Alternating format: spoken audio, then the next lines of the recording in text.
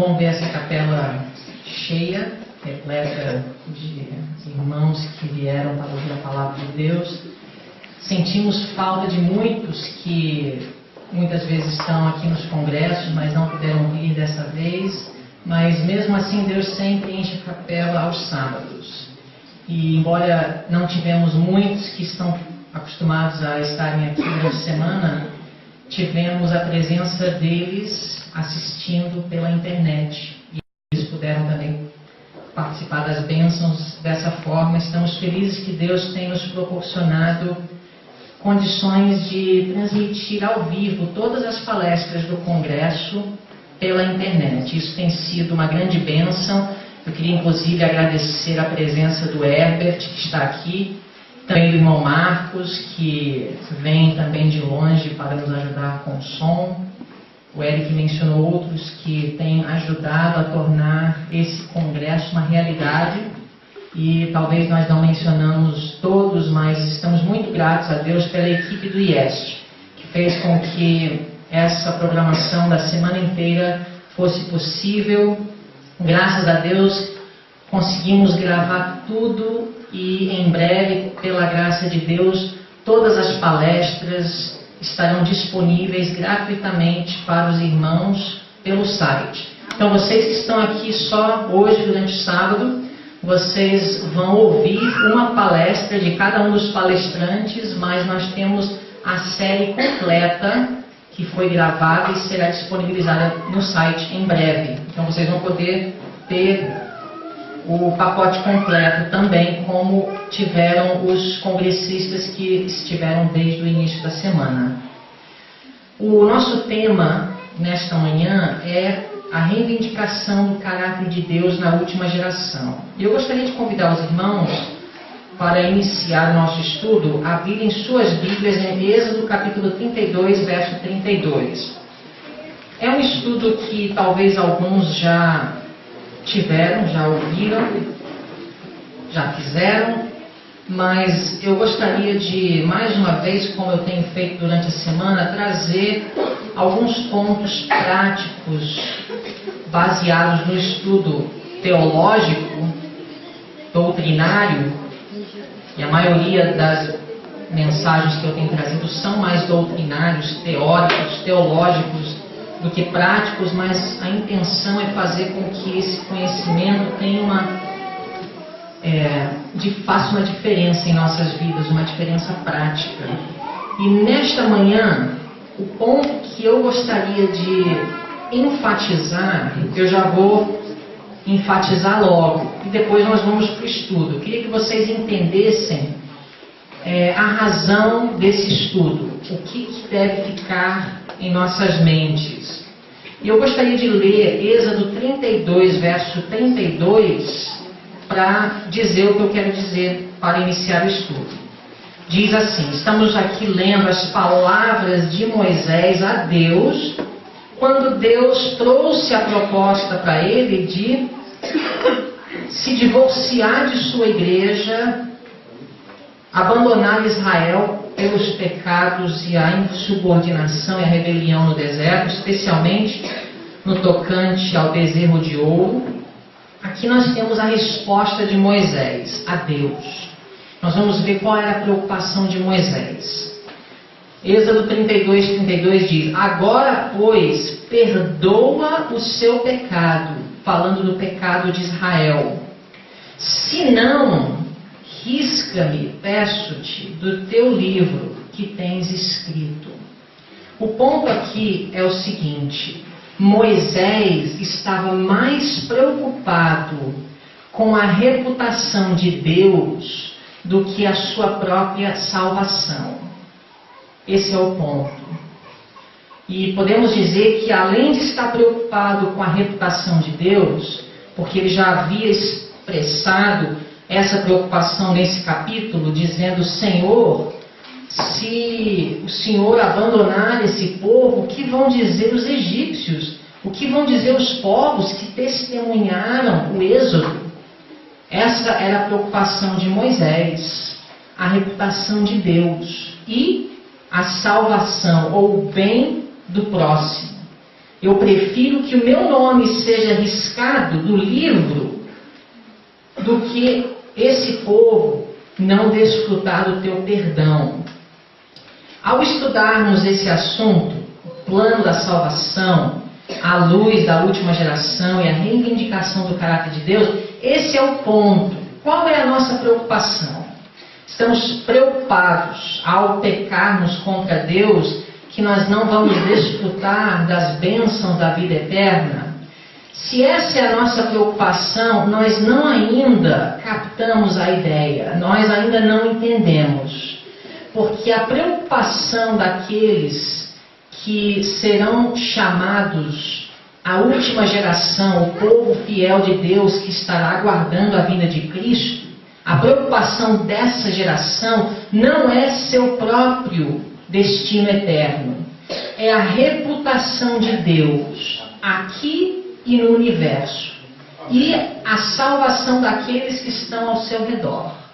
A preocupação não é meu destino, mas a reputação de Deus. Esse é o ponto. Se nós nos esquecermos e nos perdermos em todos os pontos que nós vamos abordar, que eu vou ler muito, inclusive por isso que hoje eu vou usar o PowerPoint, porque muitas citações, muitos textos bíblicos. Outra coisa, os irmãos não precisam se desesperarem. Alguns se desesperaram durante a semana porque foi muito rápido, muita leitura, não deu para anotar tudo. Eu até sugiro que você não anote tudo, porque nós podemos disponibilizar os arquivos dos estudos, a apostila dos estudos da semana também. Tudo está impresso, tudo está disponível em arquivo ou impresso. Então, às vezes é melhor só se concentrar no estudo em vez de ficar anotando. Você se desespera, depois você nem anota tudo e nem entende tudo. Então você perde em ambos os lados. Então hoje nós vamos cobrir bastante terreno. Eu queria apresentar esse pensamento para que ele ficasse em nossas mentes, independente de todo o conteúdo que nós vamos estudar. Que nossa preocupação, isso é algo que tem que realmente acontecer por um milagre divino em nossos corações. Já pensou? Nós chegarmos ao ponto de não estarmos mais preocupados com a nossa própria vida eterna? Essa era a experiência de Moisés. Deus fez isso na vida dele. Ele falou: Senhor, risca o meu nome. Minha preocupação não é comigo, é com o Senhor. É com a sua reputação. Já pensou nós chegarmos ao ponto de não querermos pecar mais, não porque nós estamos querendo evitar o fogo do inferno, mas porque a nossa preocupação é como o nosso pecado vai desonrar a Deus? Já pensou chegarmos nesse ponto? Mas é justamente essa que é a motivação verdadeira de um coração realmente obediente. Se a nossa obediência é por não querer ir para o fogo do inferno, já é uma obediência cheia de motivações carnais. Então vamos lá. Apocalipse capítulo 12 é onde nós vamos começar. Vamos abrir lá. Aqui nós temos o verso 10, mas antes de ler o verso 10, nós vamos ler juntos alguns versículos anteriores, os versos 7 do capítulo 12 de Apocalipse, até o versículo 12, é um parêntese que João ele abre dentro do contexto de explicar a batalha entre Satanás e a igreja durante os últimos 2000 anos, abrindo para nós uma visão da batalha que começou no céu. E ele fala em Apocalipse 12, verso 7, que houve batalha no céu. Essa batalha não foi uma batalha física, com espadas e instrumentos de guerra, como nós conhecemos aqui na terra. A batalha no céu foi uma batalha de conceitos e de palavras e de ideias conflitantes. Por um lado, nós temos um anjo de Deus que começou a questionar a sua capacidade de dirigir e liderar o universo. Sabemos que não foi uma batalha física, porque com Deus não haveria condições desse anjo fisicamente enfrentar o Rei do Universo. Mas ele achava que ele teria condições de unir suficiente anjos do seu lado contra Deus para tomar o reino e ele assumir a posição de Deus. E, irmãos, ele realmente acreditou que isso era uma possibilidade. E ele batalhou e trabalhou durante algum tempo, quanto tempo não sabemos, para alcançar esse objetivo: unir a maior quantidade de anjos possível ao seu lado para tomar o trono de Deus. A Bíblia fala que Miguel e os seus anjos batalhavam contra o dragão, e batalhavam o dragão e os seus anjos. Nós não vamos ler os textos para provar isso, mas Miguel, nós sabemos, representa Cristo, e o dragão, dentro do próprio capítulo 12 de Apocalipse, representa Satanás, segundo o verso 9. Então nós temos um conflito, uma batalha, uma polêmica entre Cristo, a parte de Deus, e o dragão e os seus anjos. E a Bíblia fala no verso 8 que eles, o dragão e os seus anjos, não prevaleceram, nem mais o seu lugar se achou nos céus. E houve um período até eles serem expulsos do céu. E eles acreditavam que não terminaria assim, e nós temos informações adicionais inspiradas. Nós acreditamos ser tão inspiradas como as palavras do próprio João, do espírito de profecia, manifestado na vida e no ministério de Ellen White, a profetisa da Igreja Adventista do Sétimo Dia. Se nós unirmos as informações disponíveis nos livros História da Redenção, Primeiros Escritos e Patriarcas e Profetas, nós podemos pintar um quadro muito interessante do que aconteceu durante esses períodos, informações adicionais que tornam esse registro de Apocalipse 12 riquíssimo. Por exemplo, um detalhe muito importante: Satanás e os seus anjos se arrependeram quando viram que não havia condições de tomar o reino e de tomar a posição de Deus como eles haviam planejado. Então, o que acontece? Eles se aproximam de Deus com a petição de serem reintegrados em sua posição original. E, se necessário for, até tomar uma posição inferior àquela que tinham antes de sua queda. Mas nós temos um registro inspirado que nos diz que Deus não aceitou, Deus não os perdoou, Deus não respeitou o seu arrependimento. Não porque Deus não tivesse amor por Lúcifer e os seus anjos, mas porque Deus sabia que o seu arrependimento não era genuíno. Eles estavam mais preocupados com as consequências do pecado e os resultados que sua rebelião trouxe do que com a própria dor causada a Deus e o estrago feito pelo seu mal. O arrependimento não era genuíno. Eles haviam pecado dentro da maior luz que poderia brilhar sobre seres criados por Deus. E o coração estava endurecido. Não havia mais nada que Deus poderia fazer, nenhuma demonstração do amor de Deus seria suficiente nessa altura para constranger o coração de Lúcifer e os seus anjos. Por isso, com lágrimas nos olhos, é-nos dito, Cristo olha para Lúcifer e os seus simpatizantes e nega seu pedido de voltar para o céu. É-nos dito, no registro inspirado, que depois de perceberem que Deus não aceitaria o seu arrependimento, eles desenvolveram o plano de causar a queda de Adão e Eva, raciocinando que se Adão e Eva forem levados a caírem também, Deus estaria agora numa situação de ter que perdoá-los, porque se Deus perdoa Adão e Eva, para ele ser justo e consistente e não parecer um Deus arbitrário diante de todo o universo espectador, ele teria que perdoar Lúcifer e os seus anjos também. Eles não contavam com o plano da redenção.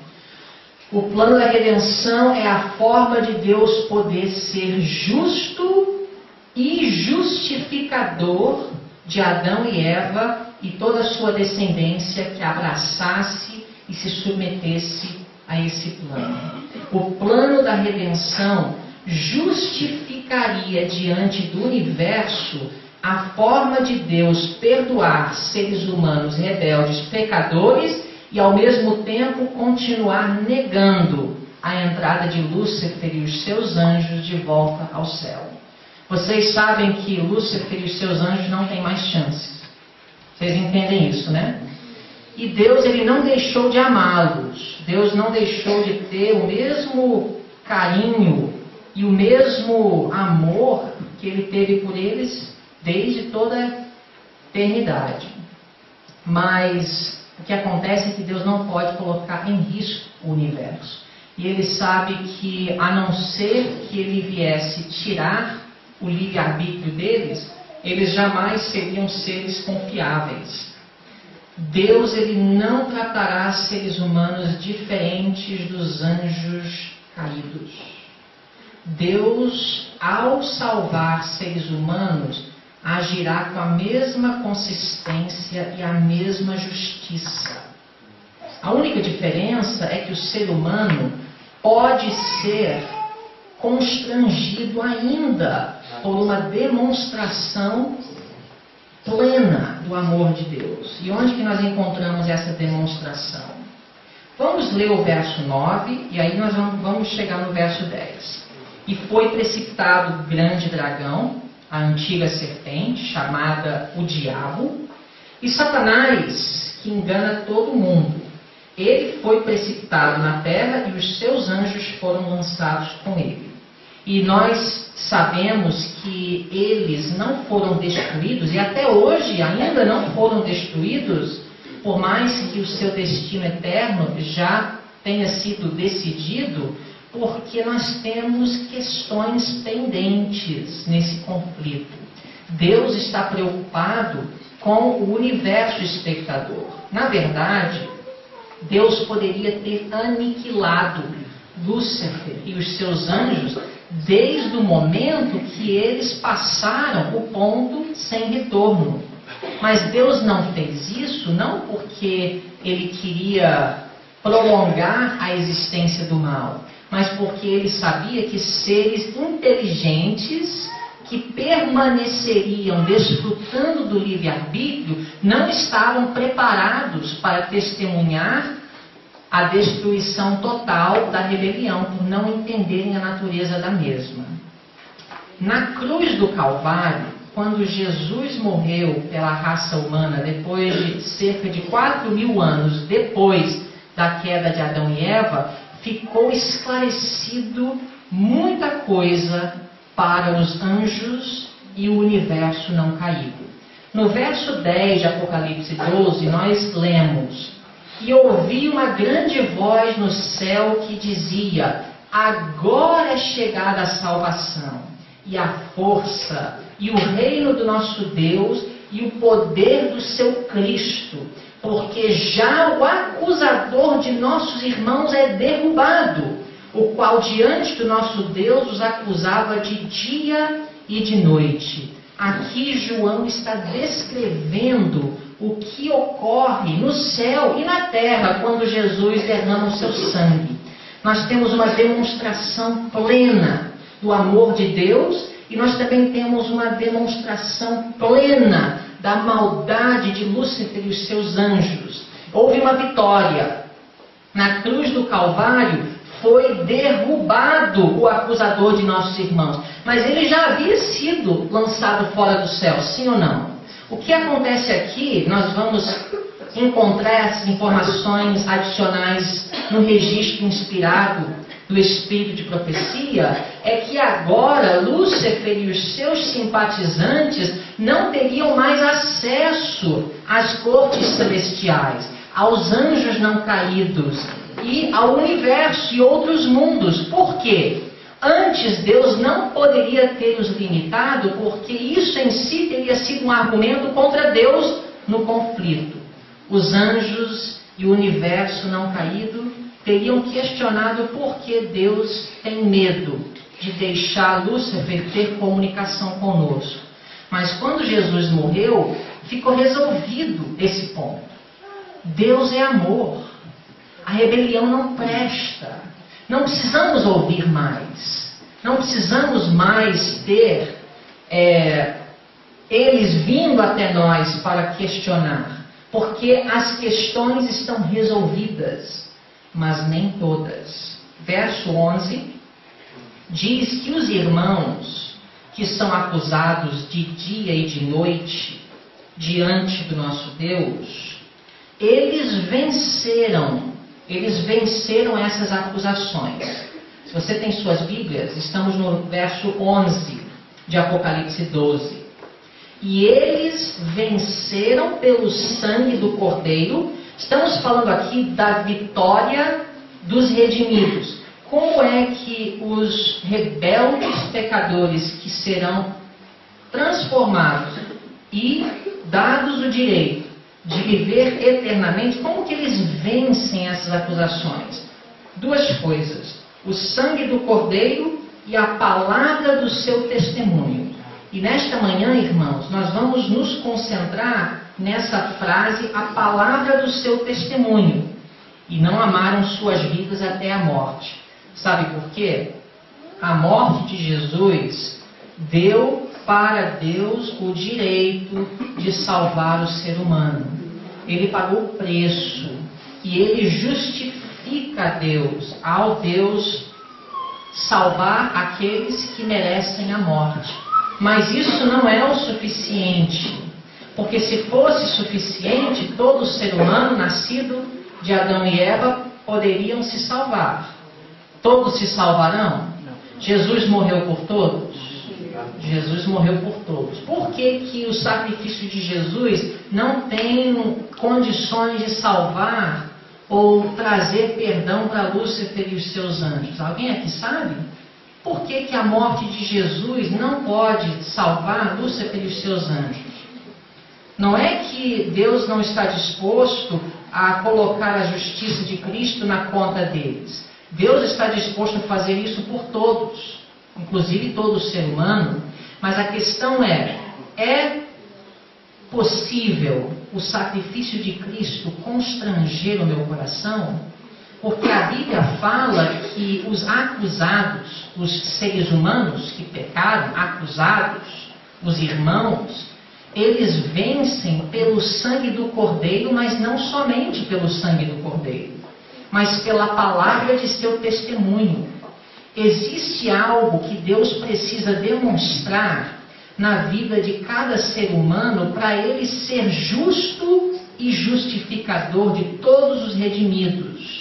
Deus precisa provar que o registro de Abraão e a experiência de Moisés e de Daniel e de Davi e todos os seres humanos redimidos, de Abel até o último, ele precisa provar que há uma diferença na experiência desses e na de Lúcifer e os seus simpatizantes. Se Deus não consegue provar isso, fica ainda uma pendência, fica ainda algo não resolvido. Vamos só ler o verso 12 para terminar. Por isso alegrai-vos, ó céus, e vós que neles habitais. Não se preocupam, não, irmãos. Terminar com a introdução, não o sermão. O sermão ainda tem bastante, estamos só começando. Ai dos que habitam na terra e no mar, porque o diabo desceu a vós e tem grande ira, sabendo que já tem pouco tempo. Ele desceu a vós quando? Isso aqui se aplica a que momento na história? Depois da morte de Cristo. Irmãos, o que acontece? Depois da morte de Cristo, sua obra está concentrada na terra. Ele não tem mais acesso às cortes celestiais. Mas a pergunta é, por que ele tem pouco tempo? A questão que eu queria colocar para vocês pensarem nesse momento é a seguinte: se tudo foi resolvido na cruz, e na verdade eu estou propondo que não foi, por isso que os acusados vencem pelo sangue do Cordeiro e pela palavra de seu testemunho. Mas se tudo foi resolvido na cruz, como muitos alegam hoje, inclusive usam a expressão a expiação terminou na cruz, que é um erro teológico terrível, que conseguiu até penetrar o nosso meio, mas se a expiação foi completada na cruz, se a cruz resolveu tudo, a minha pergunta seria: por que um pouco de tempo? E esse pouco de tempo é quanto tempo, na verdade? Aproximadamente 2000 anos. Irmãos, se tudo estava esclarecido, se tudo estava resolvido, por que estamos aqui ainda? O que falta para fechar o conflito? O que falta para terminar com a rebelião? Vamos então considerar o seguinte: em Desejado de Todas as Nações 761, nós temos um comentário inspirado que nos ajuda a entender por que não foi encerrado o conflito depois da cruz do Calvário. Diz assim: Satanás viu que estava desmascarado. Quando? Esse capítulo de Desejado vem, esse parágrafo do Desejado vem do capítulo intitulado Está Consumado. Quem declarou está consumado? Jesus. Onde? Na cruz do Calvário. Aqui estamos lendo um comentário inspirado sobre o que aconteceu na cruz. Satanás viu que estava desmascarado. O que aconteceu com Satanás? Desmascarado. Ou seja, até esse momento, na mente dos próprios anjos não caídos, ainda havia dúvidas sobre o caráter de Deus, o caráter de Lúcifer, as acusações, a polêmica. Mas na cruz, o caráter de Deus foi revelado e a maldade de Lúcifer exposta. Sua administração foi exposta perante os anjos não caídos e o universo celestial.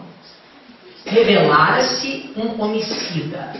Derramando o sangue do Filho de Deus, desarraigou-se Satanás nas simpatias dos seres celestiais. Você quer me dizer que até a cruz ainda existia simpatia entre os anjos não caídos e Satanás? É isso que nós estamos dizendo. A cruz do Calvário não foi apenas para pagar o resgate do homem caído, mas foi para reivindicar o caráter de Deus.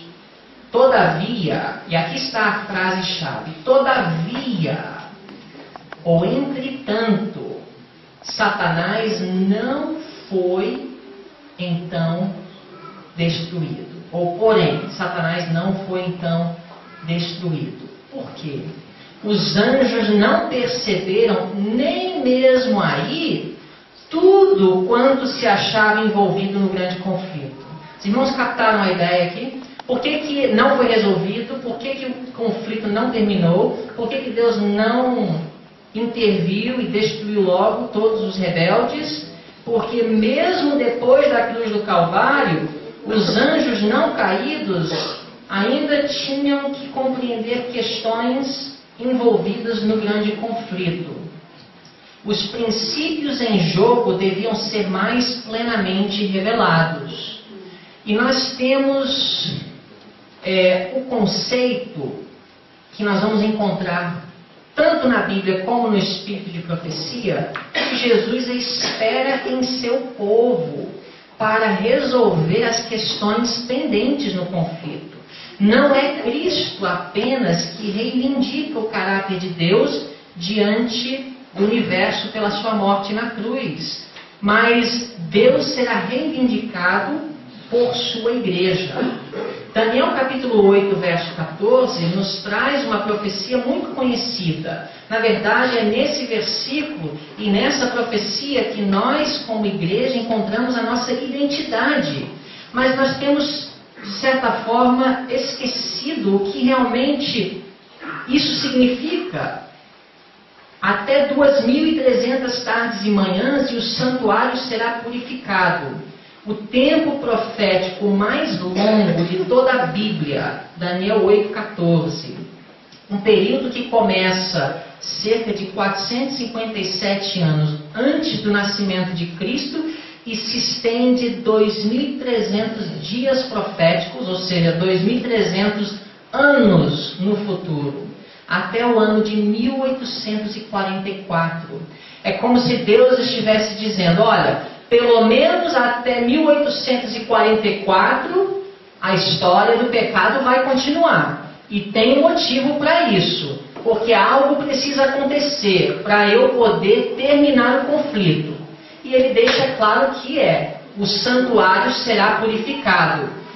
Estudando, e nós não vamos fazer isso hoje por falta de tempo, o ritual do santuário do Antigo Testamento dos israelitas, que era uma figura do verdadeiro, e era uma ilustração viva de como Deus salva o homem e lida com o problema do pecado, nós encontramos a resposta, o que significa o santuário ser purificado.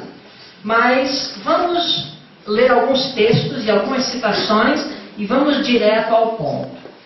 Nós vemos em Apocalipse 7, versos 1 a 4, dentro do contexto de descrever a volta de Jesus, João, depois destas coisas, depois de ver nas últimas passagens de Apocalipse 6, a visão de Jesus voltando, e os ímpios clamando as rochas para cair sobre eles, e a pergunta é feita, o grande dia de sua ira chegou, e quem poderá subsistir?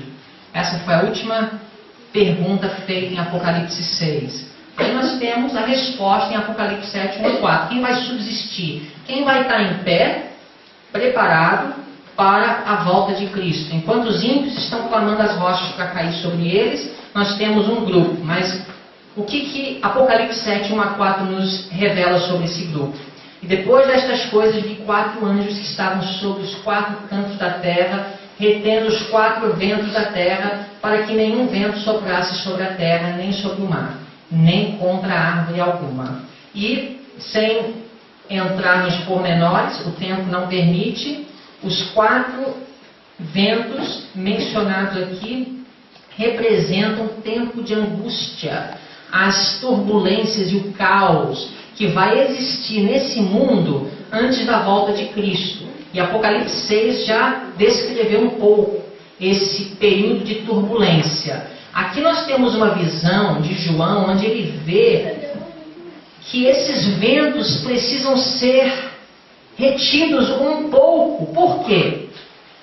E vi outro anjo subir do lado do sol nascente, que tinha o selo do Deus vivo, e clamou com grande voz aos 4 anjos, a quem fora dado o poder de danificar a terra e o mar, dizendo, não danifiqueis a terra, ou seja, não solte os ventos, nem o mar, nem as árvores, até que hajamos assinalado nas suas testas os servos do nosso Deus. E ouvi o número dos assinalados, e eram 144.000 assinalados de todas as tribos dos filhos de Israel. Também não temos tempo agora, mas esse grupo, 144.000, a Bíblia nos identifica ele como aqueles que estarão vivos, preparados para a segunda vinda de Cristo. Suas vidas serão preservadas. Eles passarão pelo tempo de angústia, na Bíblia chamado tempo de angústia de Jacó. E hoje os ventos de Apocalipse estão sendo retidos, segurados pelos 4 anjos, porque este grupo não está preparado. Então a ideia, como nós falamos, é que Jesus espera em seu povo. Estamos já há mais de 160 anos após o período descrito como período de purificação do santuário. Estamos aqui ainda. Por quê? Bom, alguma coisa precisa acontecer. Vamos ler algumas citações inspiradas, o Grande Conflito 425. Enquanto o juízo investigativo prosseguir no céu, enquanto os pecados dos crentes arrependidos estão sendo removidos do santuário. E, mais uma vez, eu vou dizer, sem entrar em pormenores e tentar justificar, porque está muito claro no estudo, se nós entrarmos em outros textos, juízo investigativo e purificação do santuário e remover do santuário os registros dos pecados dos crentes arrependidos, tudo isso é a mesma coisa, ok?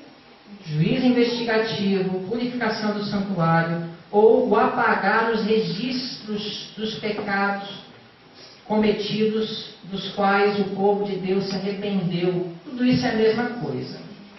Então, enquanto isso está acontecendo, deve haver uma obra especial de purificação ou de afastamento de pecado entre o povo de Deus na terra. A ideia apresentada em Grande Conflito, não só aqui, mas em outros lugares, é que a purificação do santuário no céu, na verdade, é igual ou o mesmo trabalho, ou mesma obra de o povo de Deus abandonar o pecado na terra. Por isso os 4 ventos ainda não puderam ser soltos.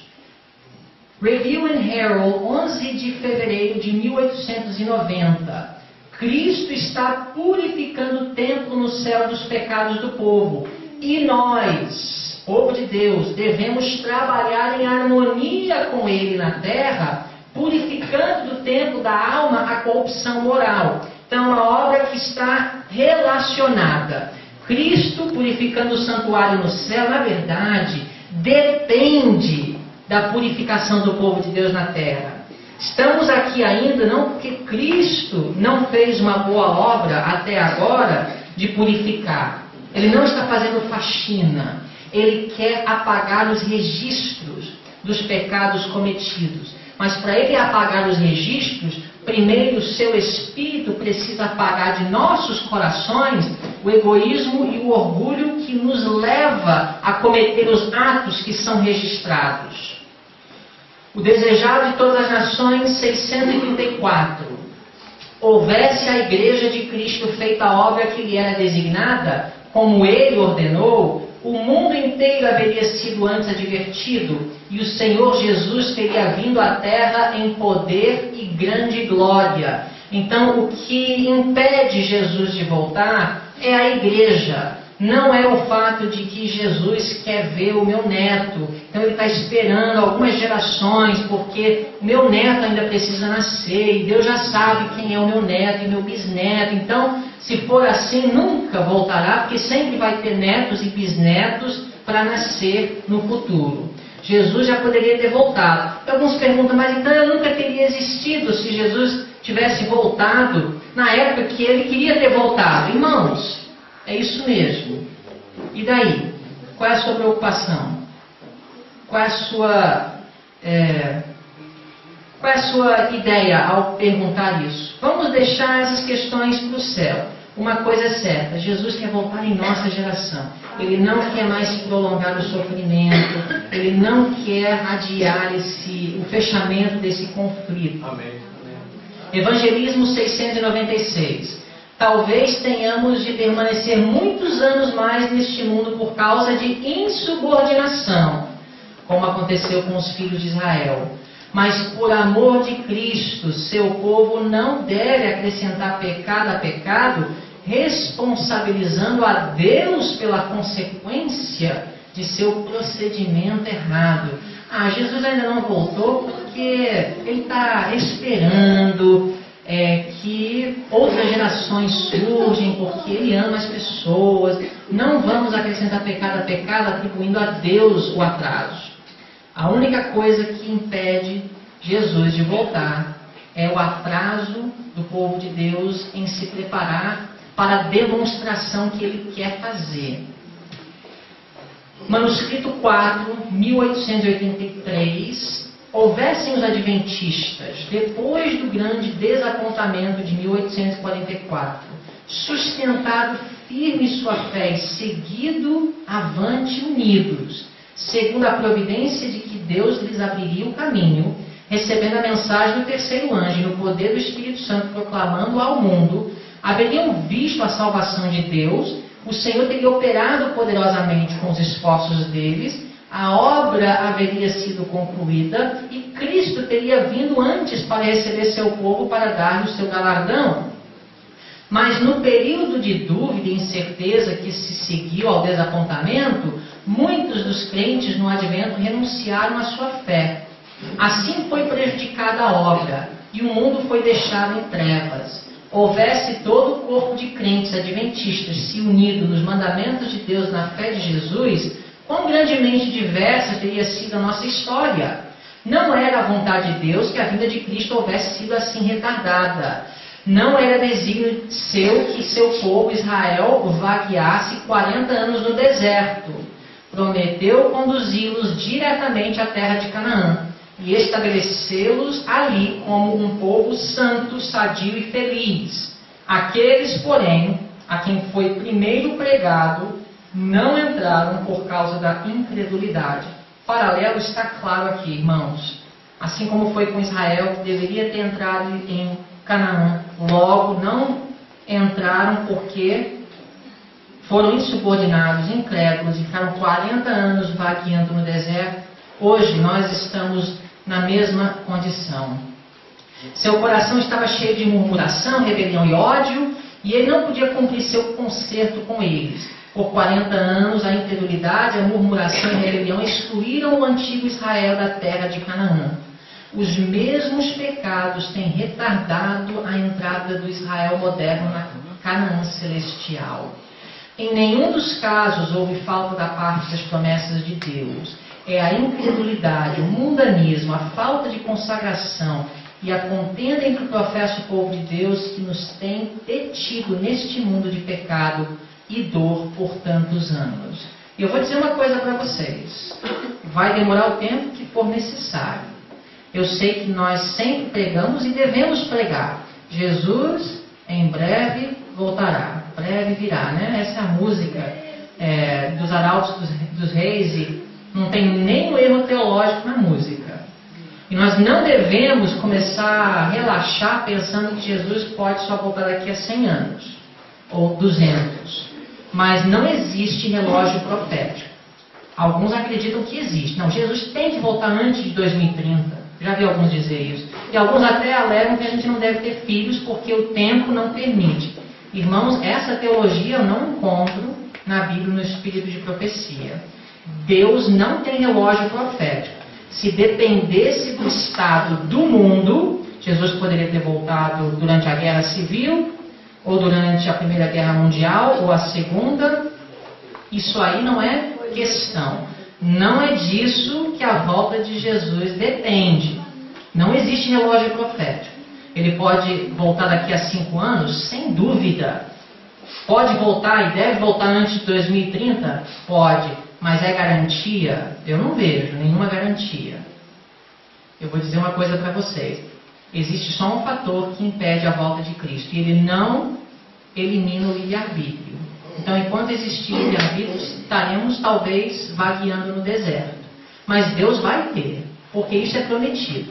Ele vai ter uma geração que vai se preocupar mais com a honra e a reputação dele no mundo e diante do universo do que seus próprios interesses pessoais. Apocalipse 12, verso 11 diz que esse grupo não amaram as suas vidas até a morte.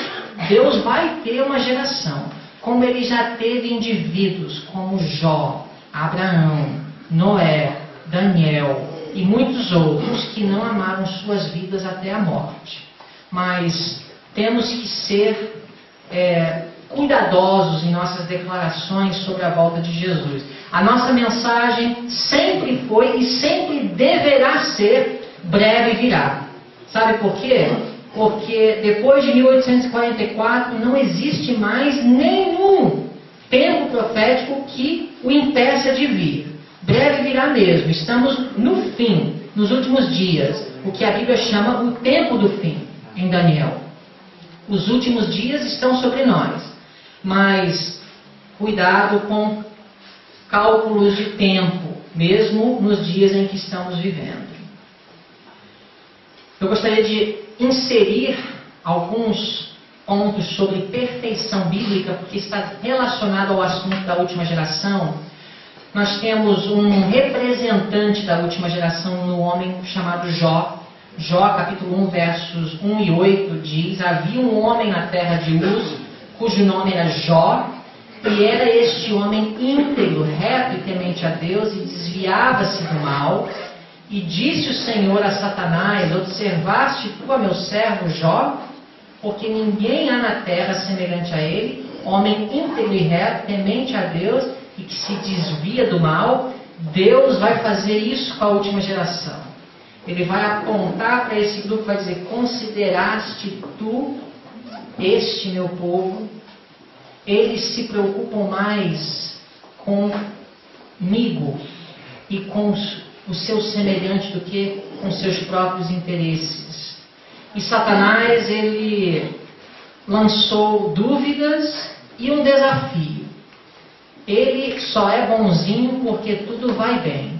Vamos começar a tirar as riquezas, vamos matar os filhos e vamos acabar com a reputação dele e vamos ver a integridade de Jó. E por último, eu acho que deve ser a maior prova do ser humano, Satanás atingiu seu corpo para provar a fidelidade de Jó. E em Tiago capítulo 5, Jó é nos apresentado como uma figura dos que terão paciência nos últimos dias. Paciência dos santos, os que guardam os mandamentos de Deus e a fé de Jesus. Jó, um representante da última geração. Eu não sei se o sofrimento de todos desse grupo será igual a de Jó, mas comparável. E a ideia central é que eles não vão desonrar a Deus em meio às piores situações da vida. Eles demonstrarão, como Moisés demonstrou, que sua maior preocupação é a honra e glória de Deus, e nem o seu próprio destino eterno. Amém. E essa é a experiência que Cristo quer nos dar. E a cruz de Cristo deve nos constranger. Nós falamos sobre isso durante a semana. Colossenses 1:22, no corpo da sua carne, pela morte, para perante ele vos apresentar santos, irrepreensíveis e inculpáveis. Irmãos, aqui está a resposta à pergunta que eu fiz: por que a morte de Cristo não salva Lúcifer e os seus anjos? É porque eles pecaram à luz da glória e do amor de Deus. A manifestação do amor de Deus na cruz do Calvário não teria poder e não teria condições de constranger esses corações já endurecidos. O objetivo de Jesus morrer na cruz do Calvário não é apenas o de pagar o salário dos seus pecados, como o evangelho popular de hoje ensina. Segundo Paulo, Jesus morreu para que Deus pudesse nos apresentar santos, irrepreensíveis e inculpáveis. Obra que é impossível ser realizada no coração de Lúcifer e seus anjos, porque eles foram longe demais, dentro da revelação do amor de Deus. Adão e Eva ainda tinham condições de serem constrangidos.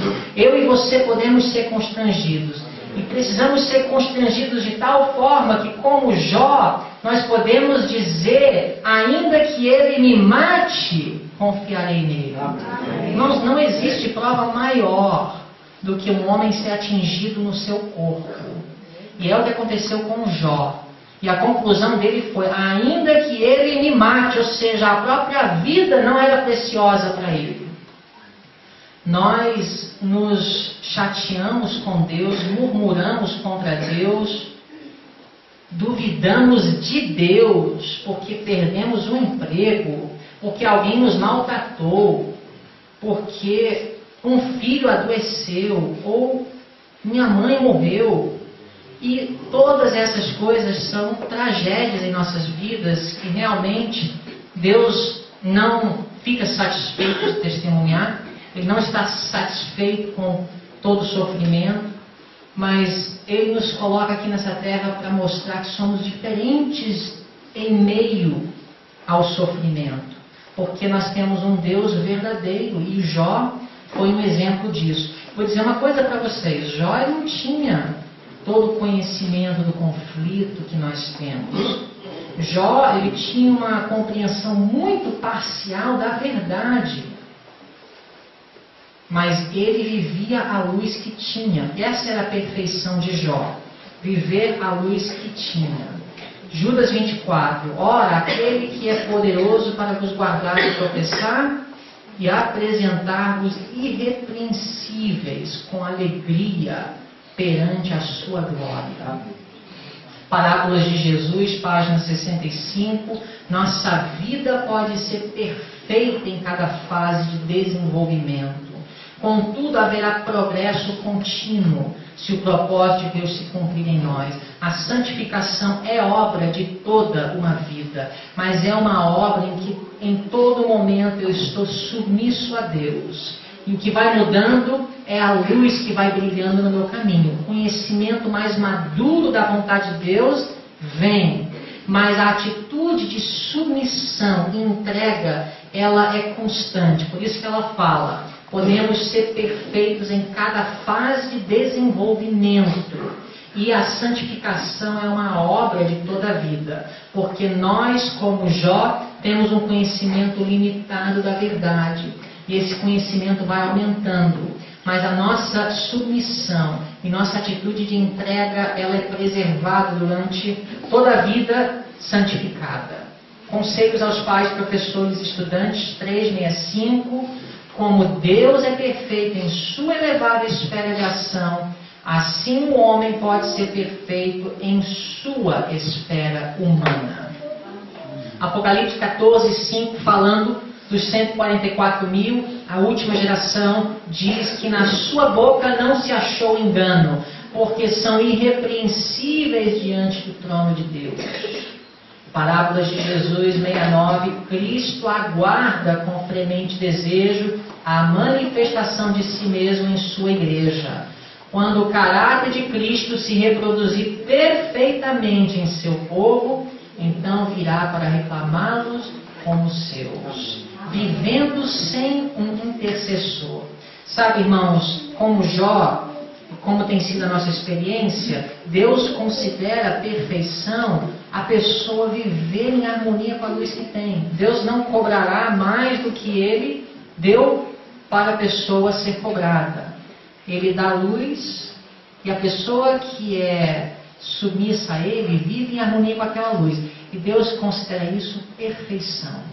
Perfeição de caráter. Agora, qual é a diferença entre os que viveram em todos os períodos da história da raça humana e a última geração?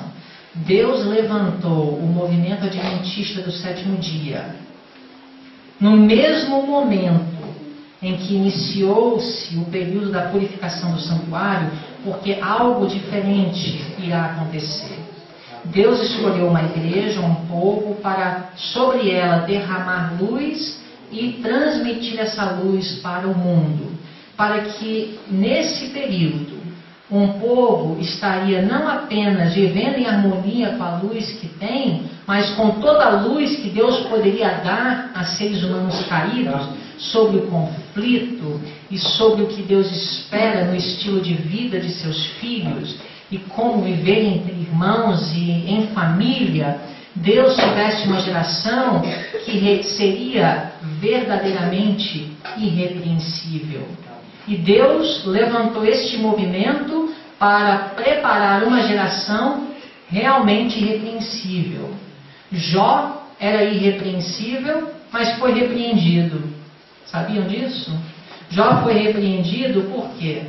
Porque ele tinha um conhecimento limitado. Ele não pecou com os seus lábios, mas Deus teve que corrigir os seus conceitos de Deus. Nos últimos capítulos de Jó, você vê essa interação entre Jó e Deus, e você vê um homem que viveu numa época em que o conhecimento de Deus era limitado, e Deus, compreendendo isso, apontou para ele e o considerou um homem perfeito.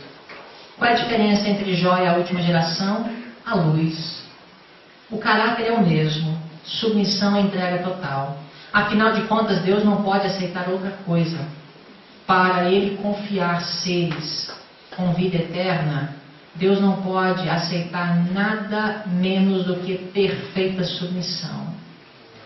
Mas perfeita submissão em uma geração em que toda a luz é dada, produzirá perfeição de caráter. Produzirá uma geração irrepreensível. Vamos analisar esse conceito de viver sem um intercessor. A Bíblia fala em Romanos 1,18: porque do céu se manifesta a ira de Deus sobre toda impiedade e injustiça. A ira de Deus, ela se manifesta contra toda injustiça, todo pecado. Ou seja, nenhum pecado e, consequentemente, nenhum pecador pode sobreviver, subsistir na presença de Deus, porque do céu se manifesta sua ira sobre todo pecado. E a Bíblia fala em Lamentações 3, 22 e 23, que as misericórdias do Senhor são a causa de não sermos consumidos. Por que hoje nós podemos viver, respirar, andar, tendo pecado em nossas vidas? Por que os ímpios vivem e desfrutam do sol e da chuva a despeito de sua impiedade? Por que a sentença de morte não recai sobre o pecador imediatamente? A Bíblia nos diz que são as misericórdias do Senhor. Porque as suas misericórdias não têm fim, novas são cada manhã, grande é a tua fidelidade. Mas como que essa misericórdia se manifestou ao ser humano? 1 Timóteo 2,5, porque há um só Deus e um só mediador entre Deus e os homens, Jesus Cristo homem. Irmãos, por que os ímpios não morrem? Por que eu, tendo pecado na minha vida hoje, continuo respirando e comendo e vivendo? Porque existe o quê? Um mediador. A Bíblia fala que sem um mediador nós seríamos consumidos. Isaías 59,16 nos apresenta o seguinte: um período na história, Isaías viu em visão, que ninguém havia, maravilhou-se de que não houvesse o quê? Um intercessor. Por isso o seu próprio braço lhe trouxe a salvação e a sua própria justiça o susteve. Justiça própria quer dizer que nós vamos viver sozinhos e vamos ser bonzinhos e obedientes a Deus sem um intercessor. Alguns às vezes confundem o papel do intercessor no que diz respeito a perdão dos pecados e o papel do intercessor em enviar o Espírito Santo para nos guardar de tropeçar. Quando estamos falando aqui de viver sem um intercessor, estamos falando de viver sem perdão dos pecados. E eu não tenho tempo no momento, mas um estudo cuidadoso de Apocalipse 15, 16, só pela Bíblia nós podemos provar de forma muito clara que haverá um momento em que não haverá intercessor para perdão dos pecados. Não quer dizer que não vai haver Espírito Santo. Alguns dizem, o Espírito Santo vai ser retirado da terra e nós vamos estar sem o poder auxiliador do Espírito. Não. O Espírito Santo acompanhará os santos até a volta de Cristo. O Espírito Santo será removido, sua influência sobre os corações daqueles que são ímpios, que rejeitarão os últimos apelos de misericórdia de Deus. Alguns versos de Apocalipse 15. Antes do derramamento das pragas, os 7 anjos que tinham as 7 pragas saíram do templo, vestidos de linho puro e resplandecente, e cingidos com cintos de ouro pelos peitos, e um dos 4 animais deu aos 7 anjos 7 taças de ouro, cheias da ira de Deus, que vive para todo sempre. As 7 pragas que serão derramadas logo antes da volta de Cristo, é a ira de Deus que será derramada quando não haverá mais intercessor. Bom, se alguém tem dúvidas, se você acredita nos escritos do Espírito de Profecia, a ideia, o conceito de viver sem um intercessor antes da volta de Cristo está claríssimo nos escritos de Ellen White. Grande conflito 4:25. Os que estiverem vivendo sobre a terra, quando a intercessão de Cristo cessar no santuário celestial, deverão, sem mediador, estar em pé na presença do Deus Santo. Irmãos, existe linguagem obscura aqui, nessa declaração? Está claro o conceito? Suas vestes devem estar o quê? Imaculadas. Por que devem estar imaculadas? Não existirá mais o quê? Intercessor para o quê? Perdão dos pecados. O caráter liberto de pecado pelo sangue da aspersão. Mediante a graça de Deus e seu próprio esforço diligente, devem eles ser vencedores na batalha contra o mal. Não é só a graça de Deus não, irmãos. É a graça de Deus e os seus esforços. Porque, como nós estudamos durante a semana, é o poder divino aliado com o esforço humano que traz vitória na vida cristã. Grande conflito 614. Aqui está uma declaração simples, curta, sucinta, direta. Naquele tempo terrível, os justos devem viver à vista de um Deus Santo sem intercessor. Se você rejeita a ideia, o conceito de viver sem intercessor antes da volta de Cristo, só resta uma opção: rejeite logo o espírito de profecia. Não tem como conciliar a ideia de não ter tal ensinamento de viver sem intercessor com a ideia de que Ellen White foi inspirada. São duas ideias conflitantes. Ou ela é inspirada, e então a ideia de viver sem intercessor é real, ou rejeite. O grande conflito 622. Agora, enquanto nosso grande sumo sacerdote está a fazer expiação por nós, devemos procurar tornar-nos perfeitos em Cristo. E sem muita explicação, alguém pode dizer: nossa, essa Ellen White é legalista. Devemos procurar tornar-nos perfeitos em Cristo. Mas nós sabemos qual é o conceito dela de perfeição. Nós estudamos durante a semana o que significa o povo de Deus procurar a perfeição em Cristo. Sabemos que o esforço humano, destituído do poder e da intervenção miraculosa de Deus, não tem valor e não produz justiça. Primeiros Escritos 71. Vi também que muitos não compreendem o que devem ser a fim de viverem à vista do Senhor sem o sumo sacerdote no santuário durante o tempo de angústia. Os que hão de receber o selo de Deus vivo e ser protegidos no tempo de angústia devem refletir completamente a imagem de Jesus. Não haverá, porém, tempo para o fazer e nem mediador para pleitear sua causa perante o Pai. Eu não encontro nenhuma declaração que diz que não haverá Espírito Santo para dar forças para resistir. O que a gente encontra é que não haverá mediador para pleitear, ou seja, perdão dos pecados. O papel do intercessor no que diz respeito a perdão. A realidade, irmãos, é que hoje nós devemos procurar colocar sobre o altar todas as pendências que nós temos. Todos os pecados conhecidos hoje precisam ser confessados e lançados sobre o Cordeiro agora. Porque quando terminar o tempo da graça, não haverá mais tempo para nós corrermos, abandonarmos isso, conversarmos com fulano e fazermos os acertos. Hoje é o momento. Hoje é o dia de prestação de contas. Jesus está em seu santo templo e agora aceita nossos sacrifícios, orações e confissões de faltas e pecados, e perdoará todas as transgressões de Israel para que sejam apagadas antes que ele saia do santuário. Quando Jesus sair do santuário, os que são santos e justos serão santos e justos ainda, pois todos os seus pecados estarão apagados e eles selados com o selo do Deus vivo.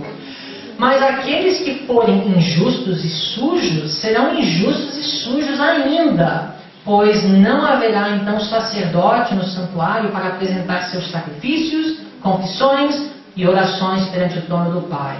Portanto, o que se há de fazer para livrar as almas da tormenta vindoura da ira deve ser feito antes que Jesus saia do lugar santíssimo do santuário celestial.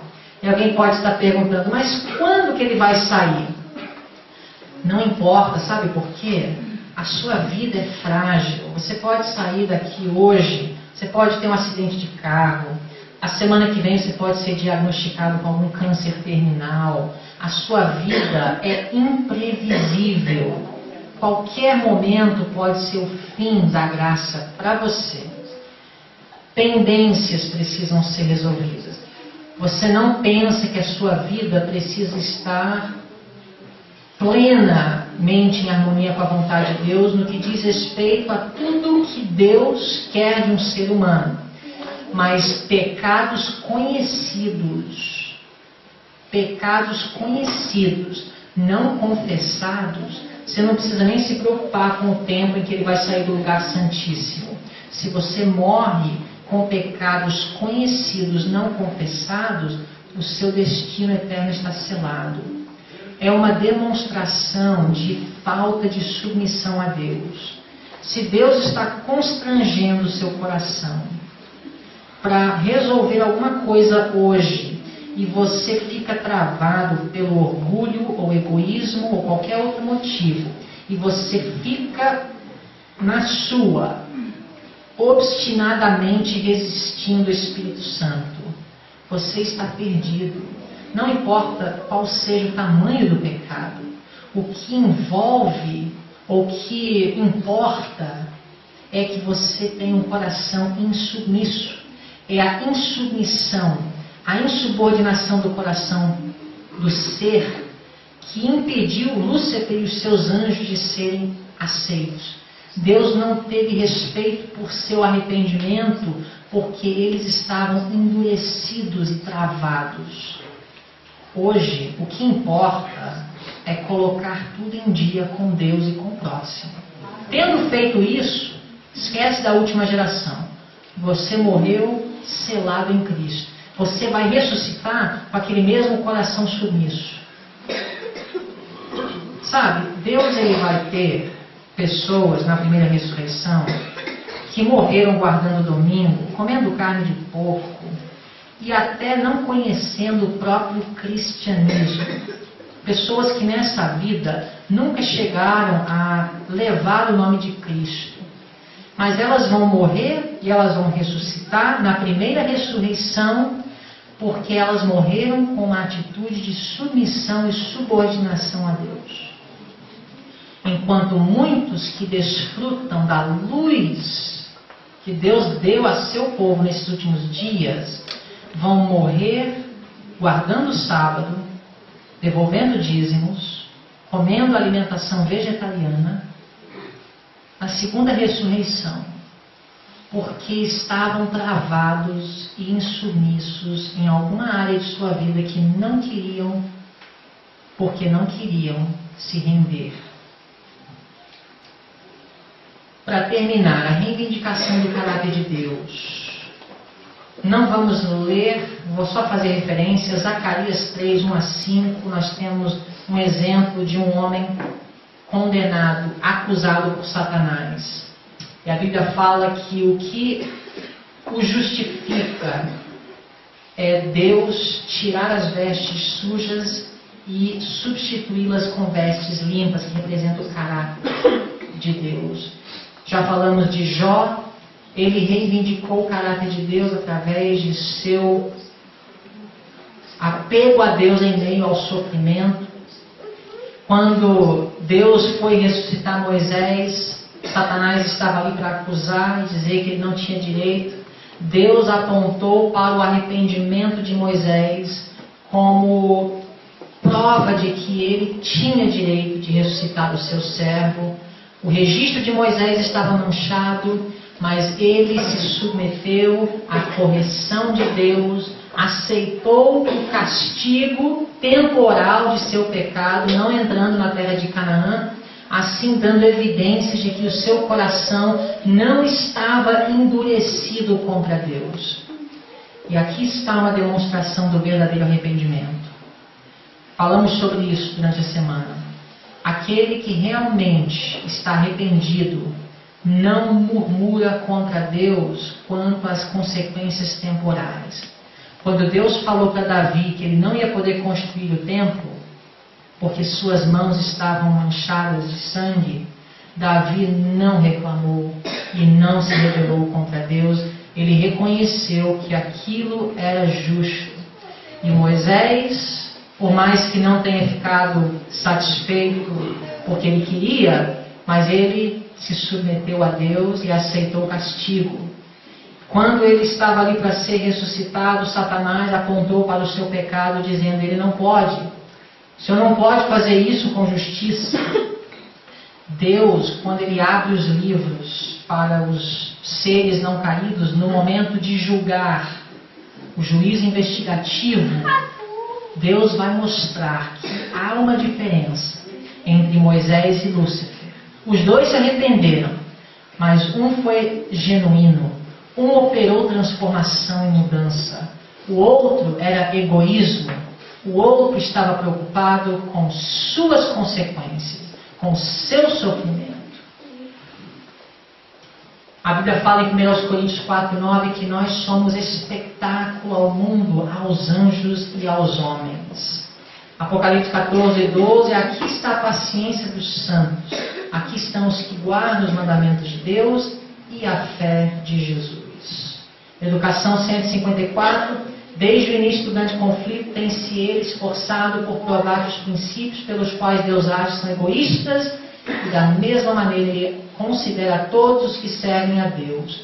A obra de Cristo e a de todos os que adotam o seu nome tem por fim refutar esta pretensão de Satanás. Os irmãos estão animados para refutar a pretensão de Satanás? Você vive para isso? Para que você vive, afinal de contas? Seu próprio conforto, sua reputação, sua vida aqui na terra? Nós temos que viver com o objetivo de honrar e glorificar a Deus. Desejar de todas as nações, 671, a própria imagem de Deus tem de ser reproduzida na humanidade. A honra de Deus, a honra de Cristo acha-se envolvida no aperfeiçoamento do caráter de seu povo. E, na verdade, vamos terminar por aqui. O último ponto do estudo é mostrar que Deus vai garantir paz eterna.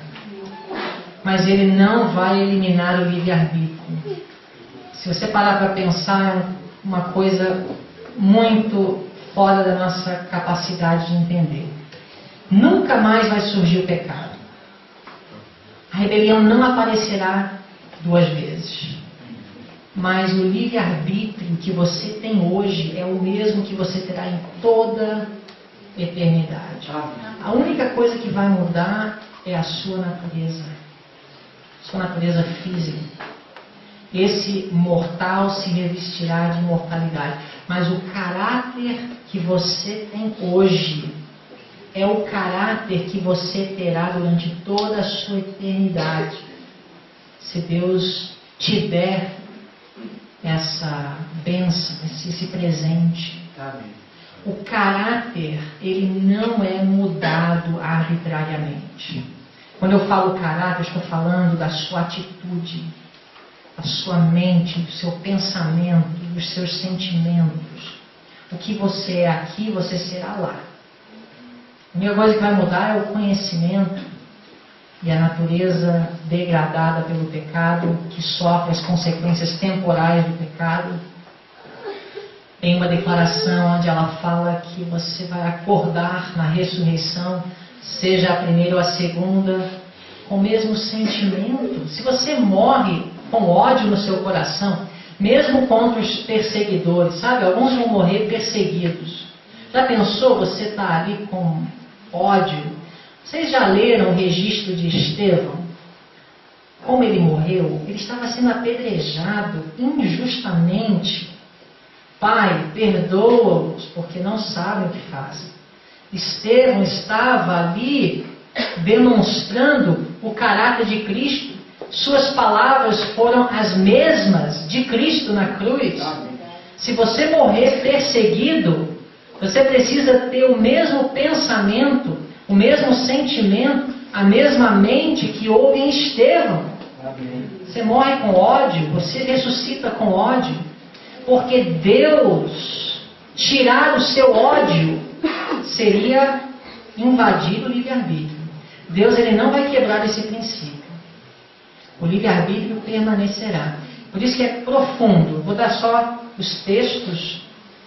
Na verdade, eu vou dar depois para quem quiser o arquivo, porque o tempo realmente não permite. Mas vamos terminar lendo Profetas e Reis 511. Deus jamais compele o homem à obediência. A todos deixa livres para que escolham a quem desejam servir. Quando o juiz de toda a terra perguntar a Satanás: por que te rebelaste contra mim e me roubaste os súditos de meu reino? O originador do mal não poderá apresentar resposta alguma. Toda a boca se fechará e todas as hostes rebeldes estarão mudas. Até os ímpios que vão sofrer a morte eterna reconhecerão a justiça de Deus.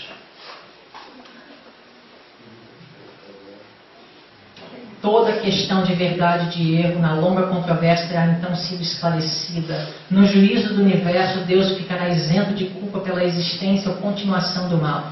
Será demonstrado que os decretos divinos não são cúmplices do pecado. Não havia defeito no governo de Deus, nenhum motivo de desafeto. Quando os pensamentos de todos os corações forem revelados, tanto os leais como os rebeldes se unirão em declarar: justos e verdadeiros são os teus caminhos, ó Rei dos Santos. Quem te não temerá, ó Senhor, e não magnificará o teu nome, porque os teus juízos são manifestos. Já pensou? Os ímpios também. O grande conflito terminou. Pecado e pecadores não mais existem. O universo inteiro está purificado. Uma única palpitação de harmonioso júbilo vibra por toda a vasta criação. Daquele que tudo criou emanam vida, luz e alegria por todos os domínios do espaço infinito. Desde o minúsculo átomo até o maior dos mundos, todas as coisas, animadas e inanimadas, em sua serena beleza e perfeito gozo, declaram que Deus é amor. Eu quero estar ali neste momento com vocês. Deus possa nos abençoar com isso. E nós vamos, nesse momento, ter uma música especial, sim ou não? Vamos orar. O tempo está avançado. Vamos ouvir a música à tarde. Todos que puderem se colocar de joelhos, vamos fazer assim.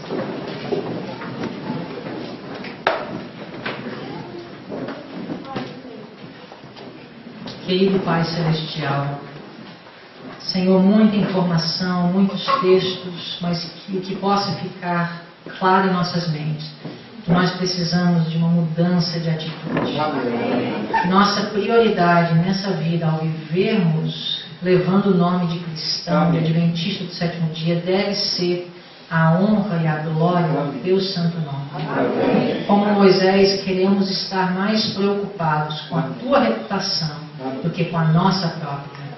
Queremos estar mais preocupados com a salvação eterna do nosso próximo do que com o nosso próprio bem-estar.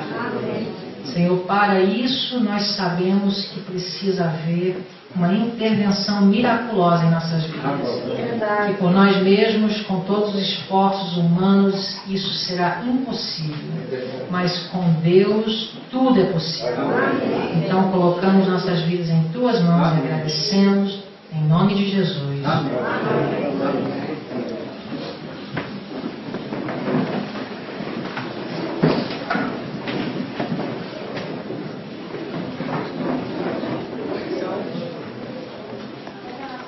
Com licença, eu gostaria só de pedir que espere os singelos de propósito